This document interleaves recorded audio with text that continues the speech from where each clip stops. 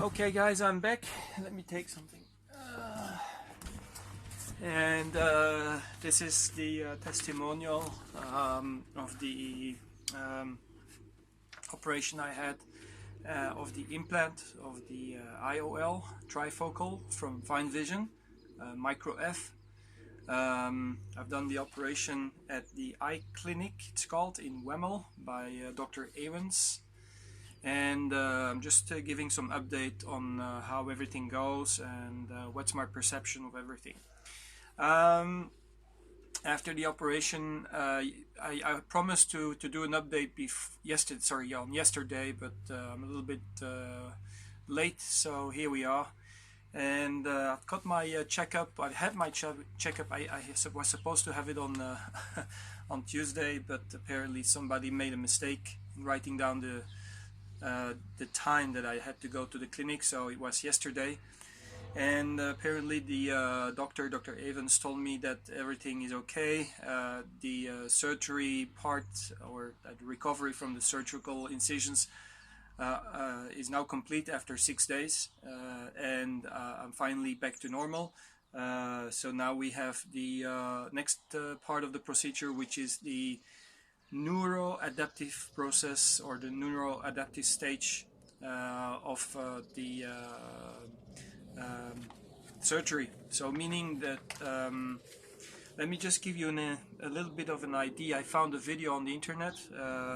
Let me just show it to you, and it explains how the eye works with the original lens of the human being and with the IOL, the diffractive lens, or the IOL, like the one of Finevision, the Micro F. If you look at the original eye, you see that we have the lens that is flexible, and when we are looking at far vision, the lens is flattened, as you can see here. And when we look at a far vision, the lens is actually a little ball. So, and you can see here that the projection of the image is done that way. So in fact, when you look up from your newspaper that you're reading, your lens is going to adjust and will start to look at the far away area, and the muscles will actually start to I would say stretch and flatten the image. So when you start to be having problems with presbyopia, as you can see on the next video, the image is not really projecting on the retina, so the retina doesn't actually capture, and you need glasses to actually be able to read the information. So and then this is the third situation where we do have the implant, and as you can see, we take out the original lens and we replace it with the lens, and thanks to the other manufacturer of the lenses for these videos. And you can see that when you replace the lens, we're going to use a diffractive system. And what is a diffractive system? A diffractive system means that we're going to capture the image, and through different rings around the center of the lens, we're going to capture the image and project it on the retina, on the back of the eye, on the receptacle, and they are coming into the eye receiver in different beams.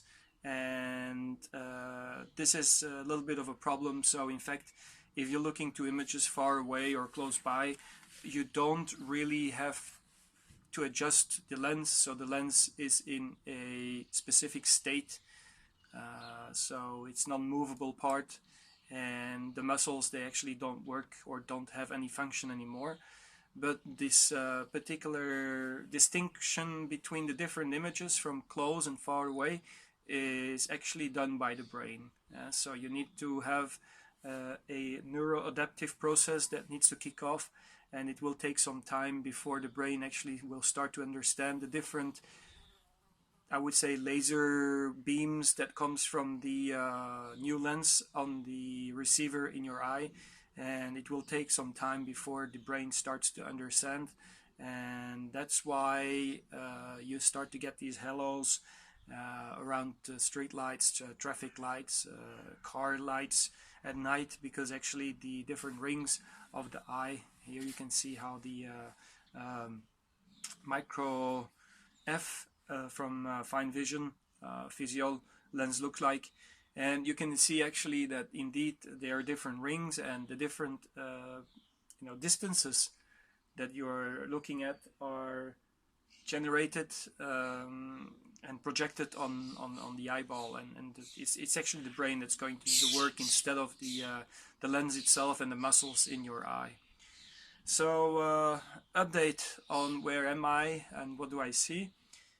We're day number 6 yesterday. After I went to visit the doctor, they didn't do anything special. They just test my eyes, the pressure. I came back home, and the funny part is when you see these, the arrows on the street, printed on the street, when you have to turn left or right, you can see like the image like doubling and joining together when you start to drive or pass by. And wow, yesterday evening I was playing around with my smartphone. As I told you, I wanted to do some exercises with the Gaber, so I'm using this application called Glasses Off, and that's where you actually have to guess if you see an image or not. So look at it. I'll put it in the description, the link to the Glasses Off. It's a paid software, but you can get it the first session or the first section for free. And after looking, I don't know if it's related to the program, I don't know, but after doing the little tests again, because I'm in session, at the end of session number 2, so the images become very, very small.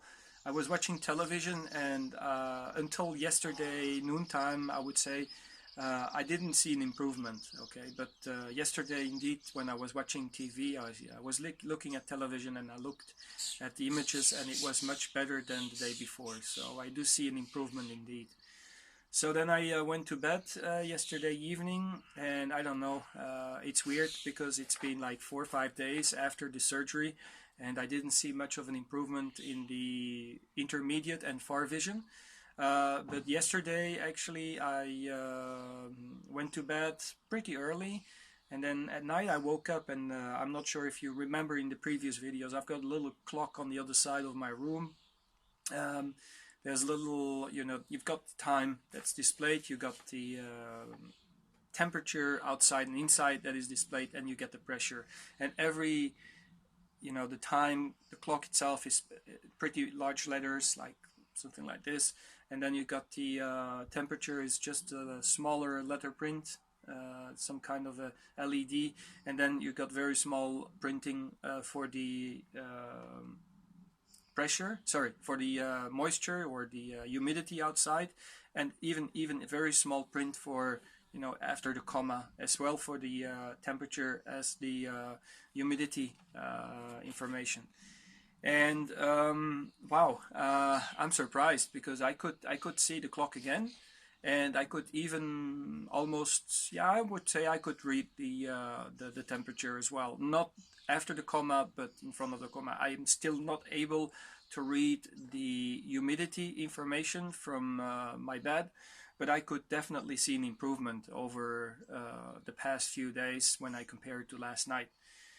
So okay, I woke up at night and went back to sleep. I put some drops in my eye again. By the way, regarding the drops, I don't have them with me. I have 2 types of drops that I had to take, and there's 1 type of drops that I need to stop today. So today is going to be my final day. I think it's a disinfectant, or to avoid any complications or any issues with infections whatsoever on the eye after the surgery, but that one I need to stop it today, so I got another 3 weeks to go with the other drops, and then I can actually stop using these drops as well.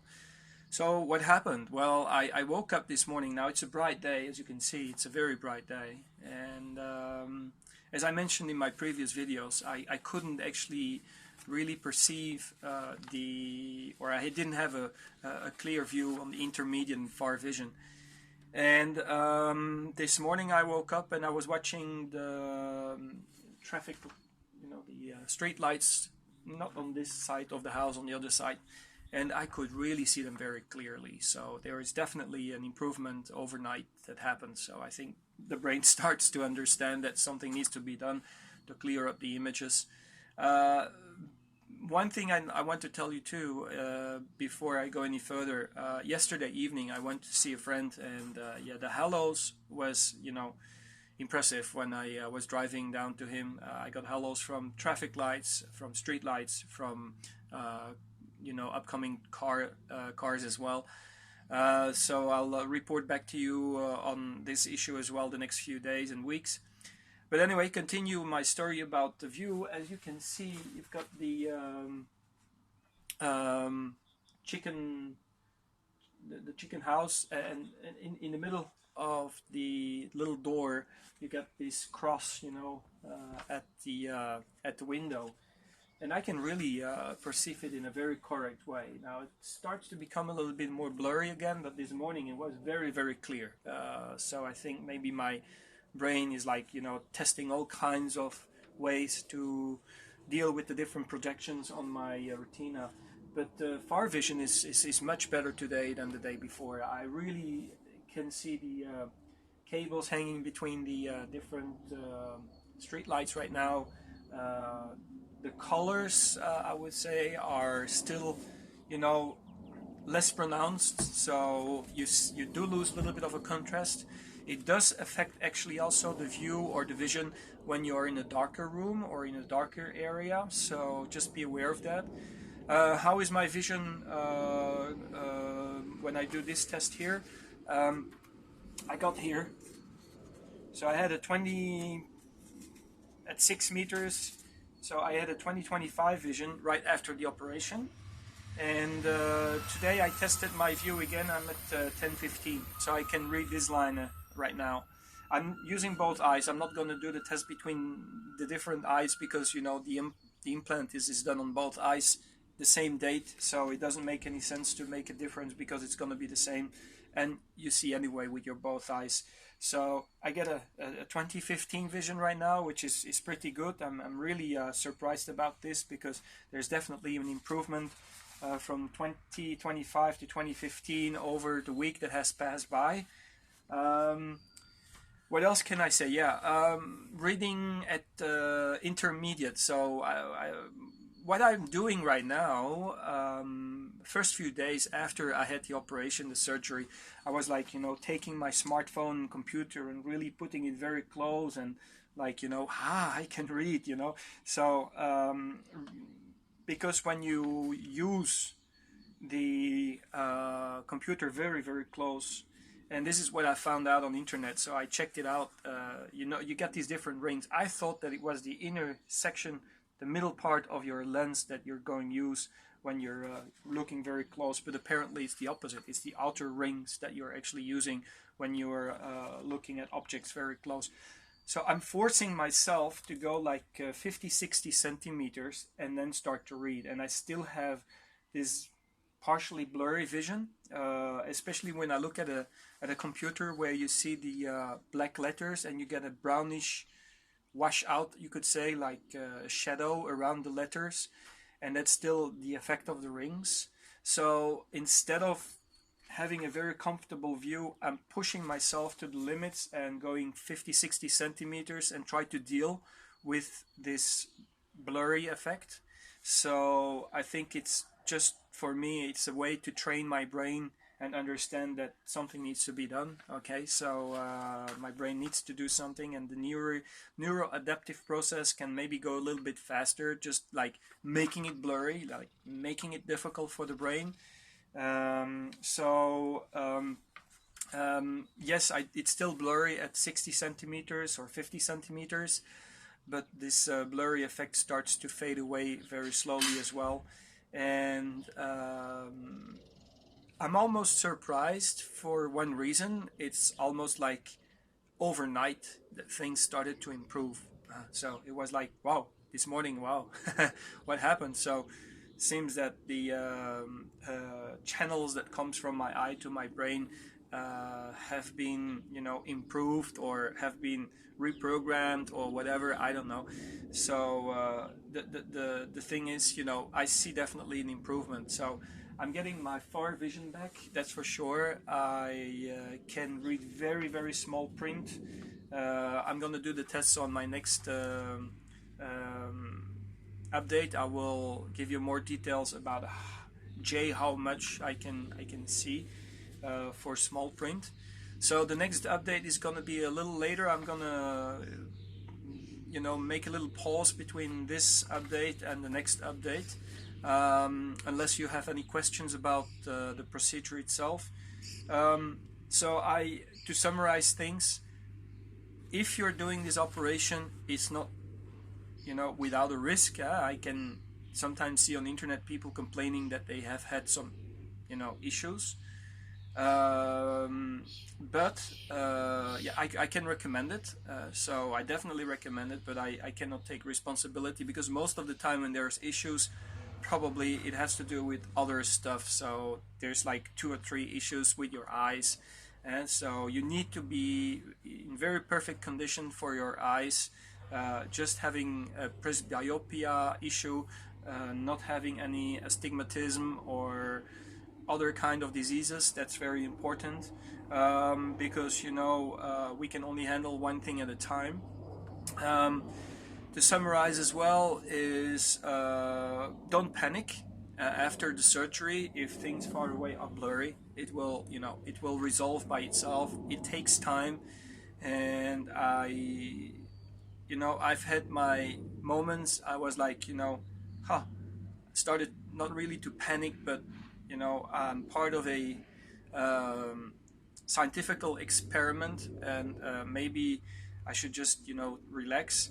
And I started not really to panic, but like asking questions like, maybe the far vision is not perfect, because maybe they should do an adjustment after the surgery. So I don't know, but the blurry vision is really created by the fact that you have different images projected on the retina, and it takes time for the brain to actually absorb the information and to actually reconstruct the image in your brain. So that's actually what's happening. So yeah, it takes time, and there's no reason to panic. And I think I have 1 week where I start to see an improvement. So it took for me really 6 days that I didn't see any improvement at all. It's really today that I really see an improvement. So maybe now the process of the neuroadaptive process actually is really kicking off.